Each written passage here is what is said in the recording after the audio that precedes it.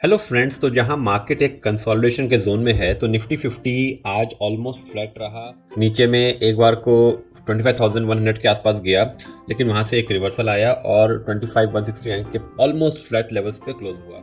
लेकिन bank Nifty अब एक ऐसा सेक्टर लग रहा है जो आने वाले दिनों के अंदर एक अच्छा रिटर्न देने का पोटेंशियल रखता है, और बैंक निफ्टी की जान एसबीआई बैंक के अंदर एक अपसाइड नजर आ रहा है। आइए बात करते हैं एसबीआई के टेक्निकल्स के बारे में और देखते हैं कि क्यों उसके अंदर एक पोटेंशियल रिटर्न नजर आता है आने वाले दिनों के अंदर। और अगर आपने चैनल अभी भी लाइक एंड सब्सक्राइब नहीं किया है तो काइंडली लाइक एंड सब्सक्राइब, क्योंकि इस चैनल पे हम ऐसे स्टॉक्स के बारे में बात करते हैं जो ब्रेकआउट या ब्रेकडाउन दिखा रहे होते हैं, टेक्निकली, फंडामेंटली या न्यूज बेस्ड।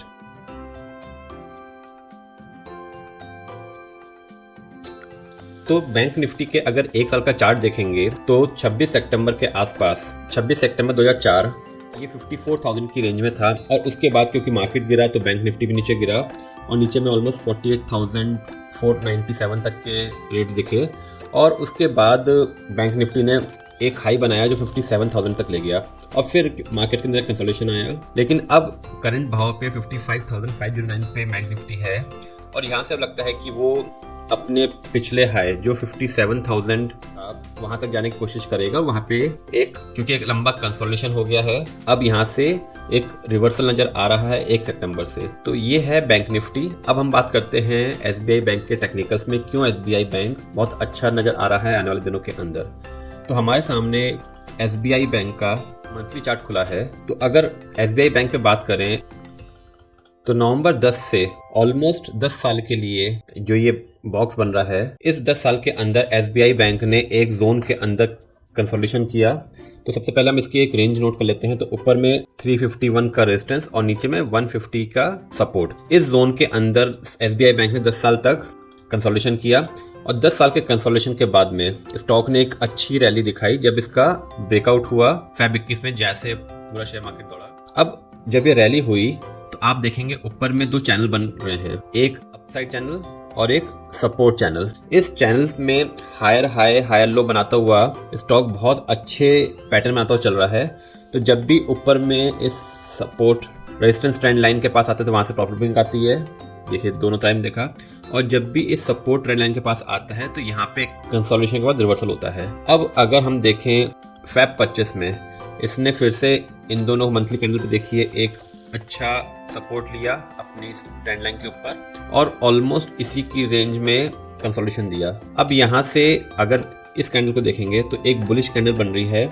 और इसको अगर हम एक बार वीकली चार्ट में कन्वर्ट कर लेते हैं तो देखिए जब वीकली चार्ट में कन्वर्ट कर रहे हैं तो आपको क्लैरिटी दिखेगा कि इसने ऑलमोस्ट अपनी सपोर्ट ट्रेंड लाइन के पास में इस पूरे जोन में अच्छे से कंसोलिडेशन किया है। अब ये अपने जो मूविंग एवरेजेस हैं 10 डेज और 20 डेज मूविंग एवरेज, उसके ऊपर सस्टेन कर रहा है अच्छे से। तो नीचे में आपको दोनों 10 days and 20 days moving average ये लाइन दिख रही हैं, इनके ऊपर सस्टेन करके अच्छी कैंडल के साथ में पिछले 4 हफ्ते से एक अपसाइड दे रहा है। तो अब क्योंकि बैंक निफ्टी भी सपोर्ट दे रहा है एज अ सेक्टर, तो अब लग रहा है कि SBI bank after long consolidation अपने सपोर्ट ट्रेंड लाइन से रिटर्न देगा। अब इसके कुछ लेवल्स पे बात कर लेते हैं हम कि कहाँ तक। देखिए इसका पहला जो रेजिस्टेंस है बिल्कुल एग्जैक्टली उसके पास में खड़ा है अपने करंट प्राइस पे 870 रुपीज पे। अब जैसे ही यहाँ से ब्रेकआउट होएगा, क्योंकि मार्केट कंसोलिडेशन में है और इस वीक के अंदर या अगले वीक के अंदर जैसे ही हो सकता है यहाँ से एक बार को हल्की सी फिर से कंसोलिडेशन आए और स्टॉक नीचे में आपको जहाँ पे इसने सपोर्ट लिया 835 रुपीज, तो 835 रुपीज के आसपास अगर मार्केट में कंसोलिडेशन आता है तो बहुत ही अच्छा जोन होगा। हो सकता है यहाँ तक नीचे आए और फिर यहाँ से एक रिवर्सल ले। अब रिवर्सल लेने के टाइम पे और अगर कंसोलिडेशन नहीं आता, मार्केट बढ़ते हैं कल परसों में इस वीक के अंदर या नेक्स्ट वीक के अंदर, तो हो सकता है यहीं से ब्रेकआउट का इंडिकेशन दे दे। ये आपको मार्केट के साथ और चार्ट को कंपेयर करना पड़ेगा, देखना पड़ेगा कि मार्केट कैसा मूव कर रहा है और साथ में स्टॉक का चार्ट क्या शोकेस कर रहा है। तो जैसे ही ये 870 के लेवल्स को क्रॉस करेगा तो ऊपर में एक इमीडिएट लेवल आएगा 889 का।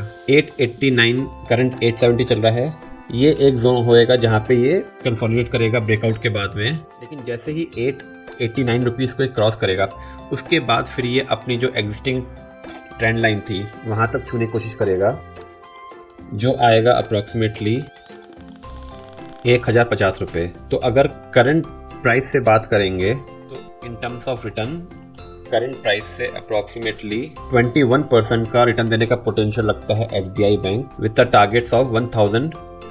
और नीचे में क्योंकि डाउन साइड हमने देखा बहुत लिमिटेड है, ऑलमोस्ट अपने सपोर्ट लाइन के पास है और उस पर अच्छा कंसोलिडेशन किया है इस जोन के अंदर, तो नीचे में 835 रुपीज का आप एक स्टॉप लॉस रख सकते हैं। तो हमने क्या लेवल्स की बात करी, 835 stop loss, target 1050 for return of 21%, और ऊपर में जो एक लेवल वॉच रहेगा वो 889 का। 889 एक फाइनल इसका एक जोन होएगा जहाँ पे एक अच्छी बाइंग प्राइस होएगी। थोड़ा वक्त बिता सकता है वहाँ पे अगर मार्केट कंसोलिडेट किया, क्योंकि मार्केट अभी बिल्कुल फ्लैट चल रहा है। तो करंट प्राइस से हमें एक अच्छा रिटर्न देने का पोटेंशियल दिखता है SBI बैंक। दोस्तों अगर आपको वीडियो अच्छा लगा तो kindly like and subscribe for more such videos.